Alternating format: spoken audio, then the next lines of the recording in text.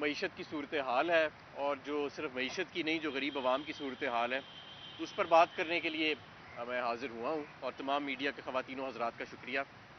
اس وقت یہ جو راجنیتی کا کھیل کھیلا جا رہا ہے ایک طرف، تو دوسری طرف جو غریب عوام کا حال ہے اس کے اوپر کوئی خاص بات نہیں ہو رہی۔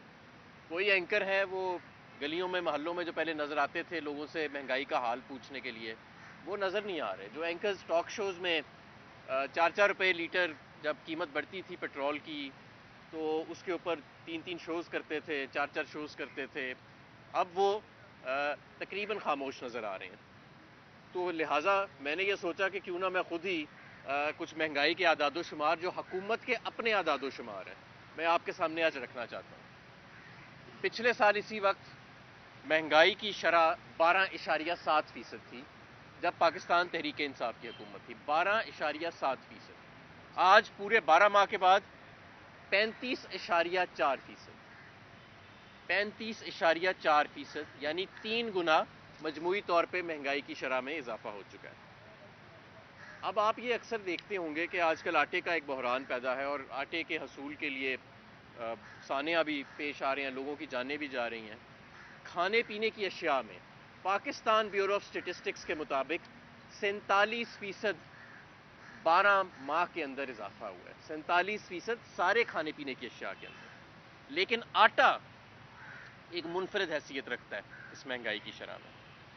پاکستان بیورو آف اسٹیٹسٹکس کے مطابق پچھلے سال اس وقت آٹے کی 20 کلو کی بوری 1180 روپے کی تھی، یہ کل اعداد و شمار شائع ہوئے ہیں، اور آج وہی بوری 2635 روپے کی 20 کلو کی ہے، یعنی کہ سرکاری آٹا 60 روپے کلو سے بڑھ کے 130 روپے کلو پہ چلا گیا۔ یہ وہ آٹا ہے جو فلار ملوں کو سستا پہلے گندم دی جاتی ہے اور اس کے نتیجے میں پھر ان سے سستا آٹا لیا جاتا ہے، وہ 60 روپے سے بڑھ کے 130 روپے کلو چلا گیا، دگنے سے بھی زیادہ۔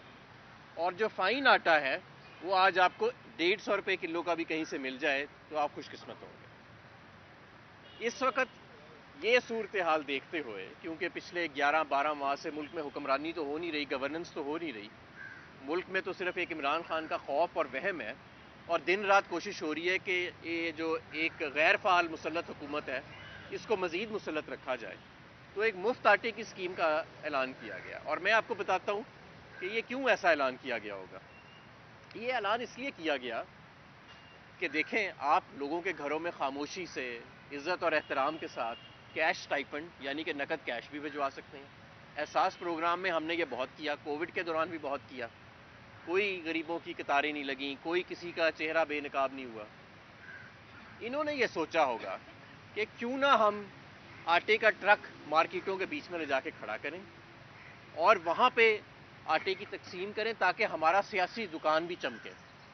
پر ان ظالموں نے یہ نہیں سوچا کہ جو عام آدمی کی عزت نفس کو مجروح کیا جائے گا اس کا ازالہ کیسے کیا جائے گا، اور انہوں نے یہ نہیں سوچا کہ یہ جو جانیں چلی گئی ہیں، درجنوں لوگ اپنی جانوں سے ہاتھ دھو بیٹھے، 3 بچوں کی موت ہو چکی ہے۔ اس کے علاوہ آج پشاور سے اطلاع آ رہی ہے کہ وہاں پہ ٹیئر گیس کے شیل فائر کیے گئے جب لوگ یہ مفت آٹے کے حصول کے لیے آگے بڑھے۔ تو یہ ایک ظالم حکمران ہے جن کو سوائے اپنے سرمایے کے، سوائے اپنی سیاست کے اور کسی چیز کی کوئی پرواہ نہیں ہے۔ یعنی کہ آج یہ نہج آ گیا پاکستان میں کہ 35% مہنگائی کا مطلب ہے کہ اگر آپ کی 1 لاکھ روپیہ مہینے کی تنخواہ تھی پچھلے سال تو آج وہ 65,000 روپیہ رہ گئی۔ اور اگر آپ مفت آٹے کے حصول کے لیے جو حکومت دے رہی ہے آپ اپنے گھر سے نکلتے ہیں تو آپ اپنی عزت نفس سے جو ہے وہ بھی کھو دیں گے، آپ اپنا وقار بھی کھو دیں گے، اور ممکن ہے کہ آپ کی جان کو بھی خطرہ ہو۔ یہ حالات آ چکے ہیں اس ملک کے اوپر، لاکھوں لوگ بے روزگار ہو چکے ہیں، انٹرسٹ ریٹ شرح سود بہت زیادہ بڑھ چکا ہے، 20-22% کے اوپر چلا گیا ہے، صنعت آپ کی مکمل طور پہ بند ہو چکی ہے، خام مال کی امپورٹ کے اوپر اسحاق ڈار نے بین لگایا ہوا ہے کیونکہ IMF سے معاہدہ ہوا نہیں، کیونکہ ایکسٹرنل فائنینسنگ کا جو کرائسس انہوں نے کھڑا کیا تھا مفتاح اسماعیل نے اور اسحاق ڈار نے، وہ حل ابھی تک ہوا نہیں، تو لہٰذا صنعت کو بند کر دیا گیا اور جس کی وجہ سے لاکھوں لوگ بے روزگار ہو چکے ہیں۔ اور اس کے ساتھ ساتھ آپ کے جو فورن ایکسچینج کے ریزروز ہیں وہ پچھلے 23 مارچ سے لے کے اب تک 7.5% ان میں مزید کمی واقع ہو چکی ہے. آئی ایم ایف کا اگریمنٹ دور دور تک ہمیں نظر نہیں آ رہا. جو کہا تھا نا پچھلے جنوری سے لگے ہوئے ہیں کہ ہفتے بعد ہو جائے گا, 5 دن بعد ہو جائے گا, اپنی مرضی کے بزنس مینوں کو بٹھا کے, زیادہ تر پراپرٹی ڈیلر تھے, ان کو بٹھا کے کہا گیا کہ جی 5 دن میں ہو جائے گا. آج اس بات کو بھی 1 ماہ گزر چکا ہے اور کوئی دور دور تک ہمیں آثار نظر نہیں آ رہے. ایک شخص جو 50 روپے کے جھوٹے سٹامپ کے اوپر ملک سے باہر مفرور بیٹھا ہے, وہ دھمکیاں لگا رہا ہے. مطلب یہ آپ حال دیکھیں, بنانا ریپبلک خدا نہ خواستہ ہم بنتے جا رہے ہیں کہ ایک مفرور شخص باہر سے بیٹھا دھمکیاں لگا رہا ہے کہ اگر آئین اور قانون کے مطابق فیصلہ آیا اور اگر 90 دن کے اندر الیکشن کرا دیے گئے سپریم کورٹ اور ہائی کورٹ کے فیصلے کے مطابق, تو ڈالر 500 پہ چلا جائے گا. اپنا اس نے 1100 ارب کا این آر او لے لیا اپنے بھانجوں کے لیے, بھتیجوں کے لیے, سمدھیوں کے لیے, جو بچے پیدا نہیں بھی ہوئے ان کے لیے بھی این آر او لے لیا. خود 50 روپے کے سٹیمپ پہ باہر جا کے بیٹھے ہیں جناب, ہائیڈ پارک میں بینٹلیز میں پھرتے ہیں اور اپنی سزا کاٹ رہے ہیں, اور یہاں پہ عدالتوں کو دھمکیاں دے رہے ہیں اور پاکستان کے نظام کو دھمکیاں دے رہے ہیں کہ 500 روپے کا ڈالر کر دیں گے اگر آئین اور قانون کے مطابق فیصلہ آئے گا. فیصلہ تو انشاءاللہ آئین اور قانون کے مطابق ہی آئے گا اور آنا چاہیے بھی, اور یہ صاحب جو باہر بیٹھے ہیں یہ بھی آئین اور قانون کے مطابق ہی اپنی سزا بھگتیں گے واپس پاکستان آ کے. میں ساتھ یہ بھی آپ کو بتانا چاہتا ہوں کہ جہاں پہ لوگ آٹے کے لیے حصول کے لیے قطاریں لگا رہے ہیں, قطاریں کیا لگا رہے ہیں, وہاں پہ تو جو بھگدڑ مچی ہوئی ہے وہ آپ کے سامنے ہی ہے. تو دوسری طرف ریاست کا جو فوکس ہے وہ کس طرف ہے؟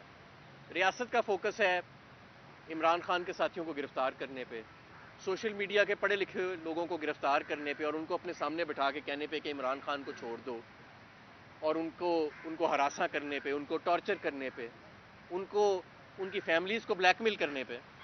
ریاست کا جو زور ہے وہ اس طرف ہے, اور ریاست کا زور اس طرف ہے کہ بجائے کہ اس معاملات کو حل کیا جائے جس کی قیمت ایک غریب آدمی اٹھا رہا ہے. آج پاکستان نے آج تک کبھی یہ حالات نہیں دیکھے جو آج دیکھ رہا ہے. یہ جو ایک غیر فعال قسم کا مسلط ٹولہ ہمارے اوپر مسلط کیا گیا ہے, اس کو مزید مسلط رکھنے کے اوپر ریاست کا آج سارا زور ہے. دن رات محنت ہو رہی ہے, میڈیا پہ نیریٹوز بنائے جا رہے ہیں, ٹیلی فونز کیے جا رہے ہیں, کالز کی جا رہی ہیں کہ بھائی ان لوگوں کو کسی طرح مسلط رکھا جائے اور عام عوام کے اوپر نیریٹو کسی طرح نہ چلا جائے. عام عوام کیا سوچ رہی ہے, وہ کیا سہ رہی ہے, اس کی زندگی کیسے گزر رہی ہے, اب آپ کو وہ ٹی وی اسکرینوں پہ کہیں نظر نہیں آئے گا. وہ عمران خان کے دور میں نظر آتا تھا, وہ اس مسلط دور میں آپ کو نظر نہیں آئے گا. لیکن وہ سینز آپ نے دیکھے, یہ مفت آٹے کے جب تقسیم ہوئی, اس پہ ہم کوئی سیاست نہیں کرنا چاہتے, اللہ معاف کرے کسی کی مجبوری کے اوپر, لیکن جس طریقے سے اس سارے کرائسس کو ہینڈل کیا گیا, میں سمجھتا ہوں کہ وہ لوگ قوم کے مجرم ہیں جنہوں نے یہ آئیڈیا دیا کہ اس کو اس طریقے سے کرنا ہے. بہتر طریقے موجود تھے, بہتر طریقے ماضی میں استعمال ہوتے رہے, لیکن ان کو پرواہ تھی کہ ہم نے اپنی سیاسی دکان جو ہے وہ چمکانی ہے.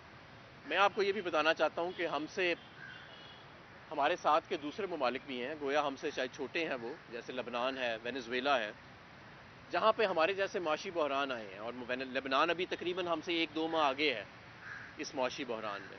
وہ ایک چھوٹا ملک ہے, صرف 50-60 لاکھ اس کی آبادی ہے, لیکن وہاں آپ جا کے دیکھیں کیا حال ہے. وہاں پہ فوڈ رائٹس شروع ہو چکے ہیں, افراتفری ہے, لا اینڈ آرڈر جو ہے وہ اور اسٹیٹ کا کنٹرول بریک ڈاؤن کر چکا ہے. وینزویلا کے اندر جب یہ بحران آیا تھا تو لوگوں نے کھانے پینے کی اشیاء جو ہیں ان کے اوپر ایک بہت شدید بحران آ گیا تھا اور ان کی کمی آنا شروع ہو گئی تھی. تو ایسی بات نہیں ہے جو پاکستان میں پچھلے 11 ماہ میں 12 ماہ میں ہم نے دیکھا, تو اور جس طرف ہم جا رہے ہیں, ہم خدا نہ خواستہ اس سے کوئی مختلف سمت میں نہیں جا رہے.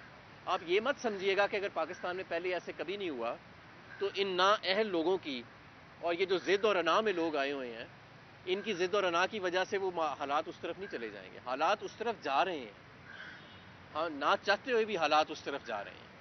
کوئی نہیں چاہتا, ہمارے دشمن بھی نہیں چاہتے ہوں گے کہ ہمارے حالات اس طرف جائیں, لیکن حالات اسی جانب جا رہے ہیں. اور اگر یہ کھیل نہ روکا گیا, اگر ایک فعال حکومت فوری طور پہ پاکستان میں قائم نہ کی گئی اور انتخابات کے ذریعے نہ کی گئی, کیونکہ اس وقت قوم کسی اور کو قبول کرنے کو تیار نہیں ہے سوائے ان کے جس کو عوام خود منتخب کرے. عوام کا اعتماد اٹھ چکا ہے, اور جس طریقے سے عدلیہ کو تقسیم کیا جا رہا ہے, جس طریقے سے الیکشن کمیشن کو پارٹیزن قرار دیا گیا, جس طریقے سے ایف آئی اے اور نیب کو استعمال کیا گیا, جس طریقے سے پولیس کو آگے رکھ کے, اور پیچھے کوئی اور تھا, آگے پولیس کو رکھ کے جس طرح سے استعمال کیا گیا, لوگوں کا ان ریاستی اداروں کے اوپر سے بھی اعتماد اٹھتا جا رہا ہے. اور یہ زیادہ دور کی بات نہیں ہوئے گی کہ اگر یہ معاملات جو ہیں یہ کسی اور سمت میں چلے, معاملات تو چلے گئے کسی اور سمت میں. اگر آج آپ سے پوری ریاست سے مل کے بھی آٹا تقسیم نہیں ہو پا رہا, اور آپ سے معیشت جو ہے وہ قابو نہیں آ رہی, آپ کے دوست ممالک آپ کو لکھ کے دینے کے لیے تیار نہیں ہیں کہ وہ آپ کی مالی مدد کریں گے, لہٰذا آئی ایم ایف آپ کی مدد کرنے کو آپ تیار نہیں ہیں, تو حالات تو خراب ہو رہے ہیں. ایک شخص رانا ثناء اللہ جو انٹیریئر منسٹر ہے, جو میرا خیال ہے اس وقت اگر آپ پاکستان کا کوئی اوپینین پول کریں تو شاید پاکستان کا سب سے جو اس وقت نفرت والا شخص ہے, جس سے لوگ نفرت کرتے ہیں, ایک ہوتا ہے نا جسے سب سے زیادہ لوگ پیار کرتے ہیں, اس کے تو اوپینین پولز آتے ہیں اور وہ ہمیں معلوم ہے کہ آج کل وہ شخص کون ہے, لیکن جس شخص سے لوگ سب سے زیادہ نفرت کرتے ہیں اگر آپ وہ کریں تو شاید وہ رانا ثناء اللہ عین ممکن ہے کہ نکلے گا. وہ ٹی وی پہ آ کے دھمکیاں دیتا ہے. تو میں سمجھتا ہوں کہ یہ دو خاندان, ان کا سرمایہ, ان کی سیاست, ان کی جائیداد, ان کی آل اولاد, اس کے اس وقت جو مقاصد ہیں اور مفادات ہیں وہ بالکل مختلف ہیں. جو اس وقت ریاست کے, جو اس وقت عوام کے خیالات ہیں, جو قیامت برپا ہے عوام کے اوپر, وہ بالکل مختلف ہے. میں میڈیا کے حضرات سے بھی گزارش کروں گا کہ چاہے جتنا بھی پریشر کیوں نہ ہو, ہماری جو بنیادی ذمہ داری ہے وہ عوام ہے. تو عوام کا جو دکھ ہے, جو درد ہے, اس کو دکھانا مت روکیے, کیونکہ کسی نہ کسی نے تو کبھی نہ کبھی جواب دہ ہونا ہے کہ جو پچھلے 12 ماہ میں ہوا. اور جو اس وقت رونگٹے کھڑے کرنے والے, روح کو ہلا دینے والے, روح کانپ جاتی ہے وہ مناظر دیکھ کے, اس ملک کے اندر جو ہو رہا ہے, وہ مناظر جو دیکھے جا رہے ہیں, ہم سب کی انڈیویجول کیپیسٹی میں, ہٹ کے کہ ہم کس جماعت سے تعلق رکھتے ہیں, ہٹ کے کہ ہم کس شعبے سے تعلق رکھتے ہیں, ہم سب کی یہ انڈیویجول کیپیسٹی ہے. ہمارا یہ فرض ہے کہ ہم ان مناظر کو ختم کرنے کے لیے اپنی پوری کوشش کریں. کوئی غریب کا بچہ جو ہے وہ آٹے کی بھگدڑ میں اگر لگ کے مر جاتا ہے, کوئی بزرگ اگر آپ دیدہ ہو جاتا ہے, اپنی جان سے ہاتھ دھو بیٹھتا ہے, کس چیز کے لیے؟ آٹے کے حصول کے لیے. تو یہ بطور قوم کیا ہمارے لیے شرمندگی کی باعث نہیں ہے؟ اور ہم ابھی بھی لگے ہوئے ہیں اس بدکار قسم کے ٹولے کو اپنے اوپر مسلط رکھنے کے لیے. محنت ہو رہی ہے اس کو مسلط رکھنے کے لیے, غریب کے درد کو ختم کرنے کے لیے, یا اس کے جو مہنگائی تلے وہ دب رہا ہے. ابھی تو میں نے آپ کو صرف آٹے کے اوپر بات کی ہے. یہ جو 3 گنا مہنگائی بڑھی ہے, اس کے اندر ابھی بجلی کا بھی بہت بڑا ہاتھ ہے, اس کے اندر ابھی پیٹرول اور ڈیزل کا بھی بہت بڑا ہاتھ ہے. پیٹرول اور ڈیزل جب $111 کا تھا, $117 کا تھا, تب $150 کا ہم بیچ رہے تھے, $10 کی سبسڈی تھی, ٹوٹل $10 کی.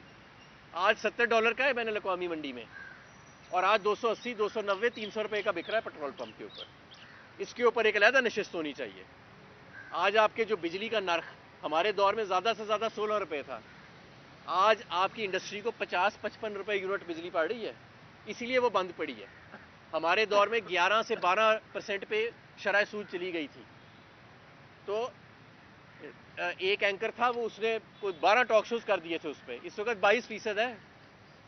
ایل این جی کا ایک ٹرک مس ہو جاتا تھا تو جعلی پروپیگنڈا ہوتا تھا, ٹرک بھی مس نہیں ہوتا تھا, 12 آ رہے تھے پورے, اب 7 آ رہے ہیں. پچھلے کئی وہ کدھر گئے اینکر, وہ جو جعلی بنے ہوئے تھے اس وقت ایکسپرٹ سارے. تو خدا را یہ پریشر اور یہ آپ کے ذاتی جو بھی مفادات ہیں, پسند ناپسند, وہ اپنی جگہ, لیکن حقائق اس وقت یہ ہیں قوم کے. حقائق یہ ہیں کہ آپ کی قوم آٹے کے لیے مر رہی ہے. حقائق یہ ہے کہ کسی کو آپ کی انا کی پرواہ نہیں ہے, کسی کو آپ کی ضد کی پرواہ نہیں ہے. پرواہ ہے تو اس 22 کروڑ عوام کی بقا کی. اور نہ آپ رہیں گے, نہ آپ کی انا رہے گی, نہ آپ کی ضد رہے گی. اگر کوئی رہے گا تو یہ خلق خدا رہے گی, اور یہ آپ سے حساب مانگے گی, اس دنیا میں بھی اور آخرت میں بھی. بہت شکریہ. سر یہ بتائیے کہ ظاہر آپ نے غریبوں کے درد کے لیے یہ پریس کانفرنس کی ہے, اگر آپ الیکشن کو اور اقتدار کو چھوڑ کے موجودہ حکومت کو آٹا بانٹنے کا طریقہ بتائیں اور طریقہ بتائیں تو یہ زیادہ خدمت نہیں ہوگی؟ جی, میں نے تو بتایا کہ ہم نے اپنے دور کے اندر کووڈ جب سارا کچھ بند پڑا تھا تو ہم نے ریکارڈ کیش ڈسبرسمنٹس کی. آپ کو کسی جگہ پہ کوئی بھگدڑ نظر آئی, کسی جگہ پہ آپ کو غریب کا چہرہ بھی نظر آیا, اس پہ بھی پردہ رکھا گیا. کسی جگہ پہ آپ کو کیا یہ نظر آیا کہ کوئی جان گئی ہو یا کسی کی عزت نفس مجروح ہوئی ہو؟ لیکن میں آپ کو ایک اور بات بتاؤں, معیشت اور سیاست جڑے ہوئے ہیں. جڑے کیسے ہوئے ہیں؟ کہ جب تک آپ انتخابات کے ذریعے مستحکم حکومت اور منتخب حکومت نہیں لے کے آئیں گے جو فعال حکومت ہوئے گی، جس کو پتہ ہوئے گا کہ اگلے 4 سال 5 سال ہم نے جواب دہ ہونا ہے اور اپنی پرفارم کرنا ہے، تو تب تک معیشت بہتر نہیں ہوگی۔ اگر آپ ایسی حکومت کو مسلط رکھیں گے جو کسی کو جواب دہ نہیں ہے، جو صرف 3 4 لوگوں کو جواب دہ ہے جو اس کو لے کے آئے ہیں، تو وہ نہ تو کوئی کام کریں گے اور وہ صرف اپنا سرمایہ اور اپنے بچوں کے سرمایہ کا تحفظ کریں گے۔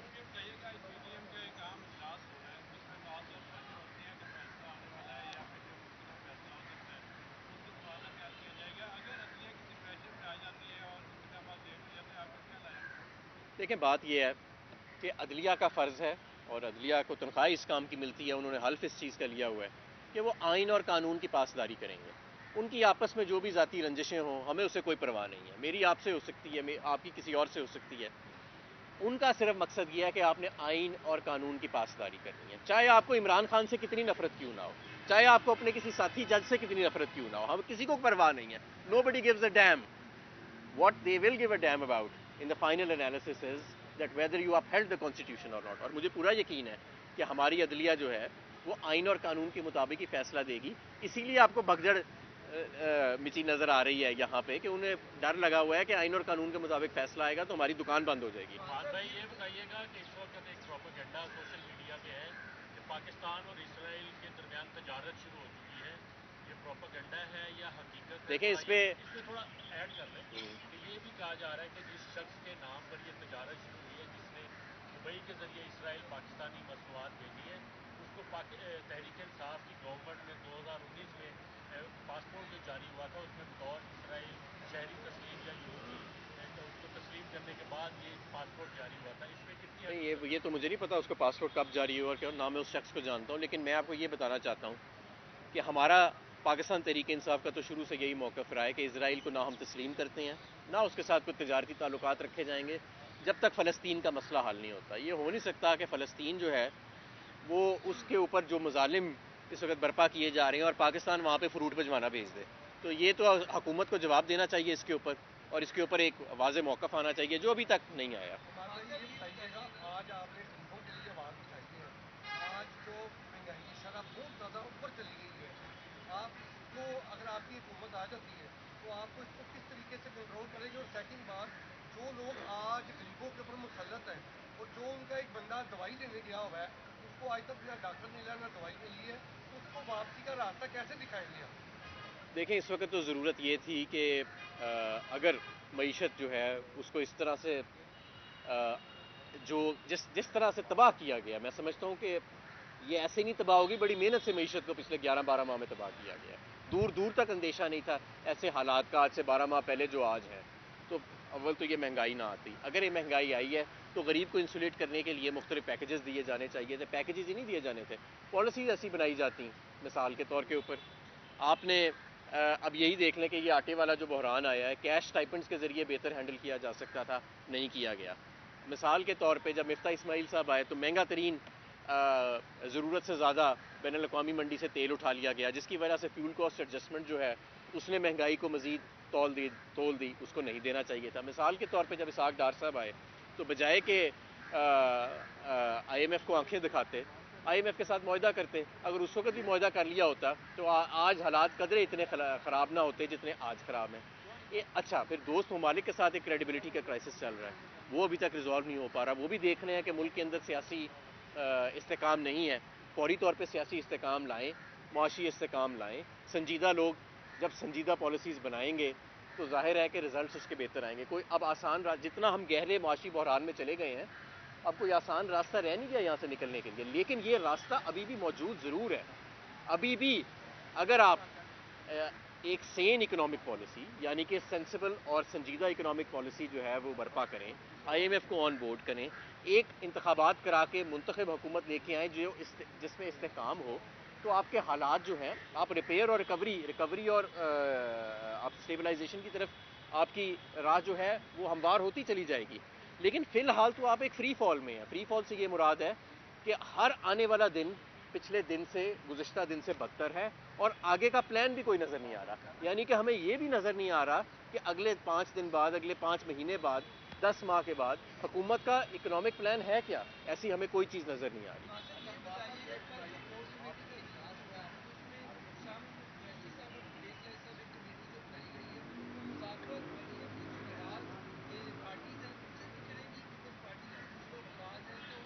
یہ ابھی اس کی ڈیٹیلز ورک آؤٹ ہو رہی ہیں، میرے علم میں نہیں ہے فی الحال۔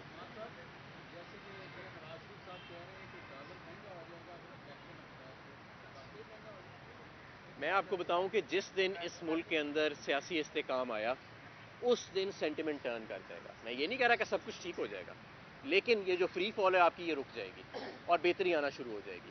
مارکیٹس جو ہیں وہ استحکام میں چلتی ہیں، مارکیٹس ایسے نہیں چلتی کہ آپ کا آئین کہہ رہا ہے کہ جی 90 دن میں الیکشن ہونے ہیں اور ایک مفرور بندہ باہر سے بیٹھا کہہ رہا ہے کہ میں اپنے سمدھی کے ذریعے معیشت تباہ کر دوں گا اگر آئین کے مطابق فیصلہ آئے گا۔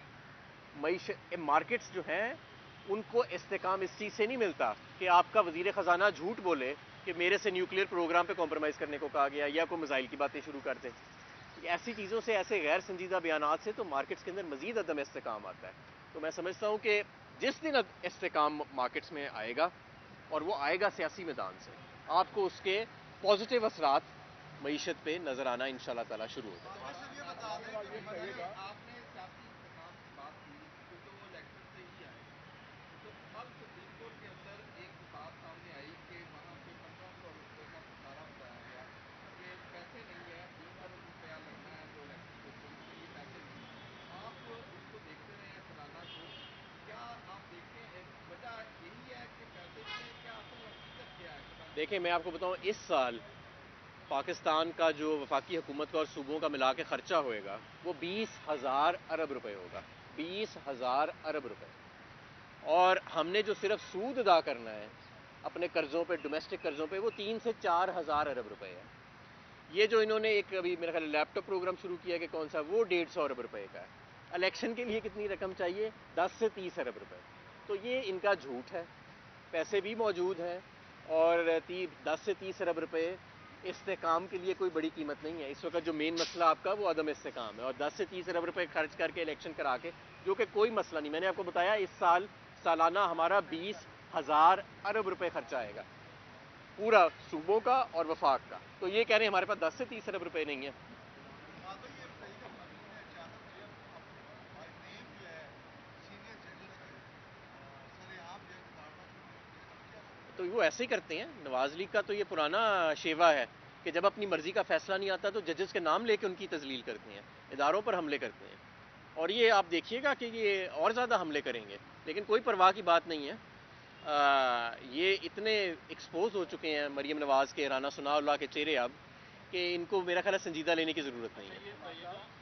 حامد میر صاحب نے بھی ایک کالم لکھا اور ایک شاید بیت اللہ صاحب جن کے باجوہ صاحب کے ساتھ انٹرویو اس کی بڑی دھوم ہے۔ حامد میر صاحب نے بھی ایک سوال اٹھایا ہے کہ عمران خان صاحب سچ بتائیں کیا باجوہ صاحب نے عمران خان صاحب کو اسرائیل کے ساتھ تعلقات بحال کرنے یا تعلقات کے حوالے سے کوئی مطالبہ رکھا تھا؟ کیا آپ کے پاس معلومات ہیں اس وقت؟ دیکھیں میرے سامنے تو کبھی ایسی بات نہیں ہوئی، لیکن اگر خان صاحب کے سامنے کی گئی ہو تو خان صاحب کا جواب تو آپ کو پتہ ہی ہے کہ کیا ہوگا۔ ان کی ایک بڑی کلیئر لائن ہے، بڑی ہارڈ لائن ہے، اور ہونی بھی چاہیے اسرائیل کے معاملے کے اوپر، جس کو بھی میں نے ری ایٹریٹ بھی کر دیا۔ بہت شکریہ۔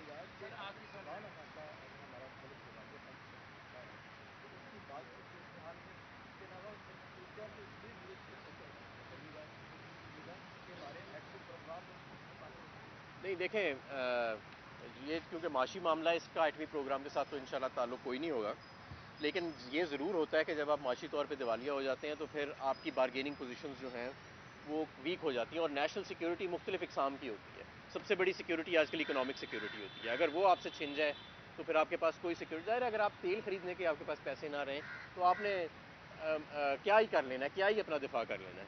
لیکن میں آپ کو ایک بات یہ ضرور بتاؤں کہ اس وقت امپورٹس کو مصنوعی طور پہ روک کے ڈیفالٹ کو روکا گیا۔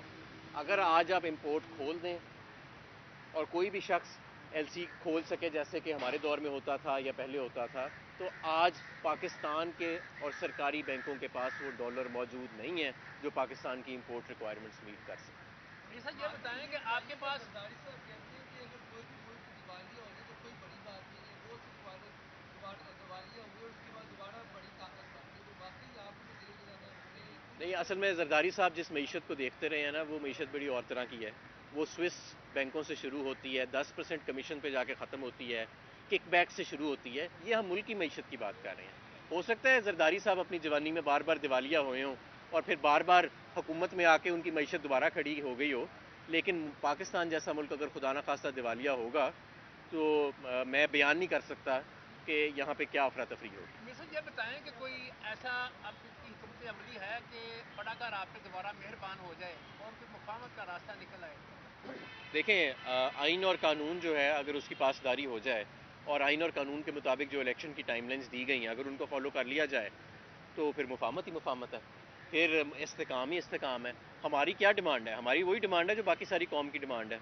تو میں سمجھتا ہوں کہ آئین اور قانون کی پاسداری ہوئے یہ کوئی ناجائز مطالبہ نہیں ہے میرا، اور اس کو زیادتی نہیں سمجھا جائے۔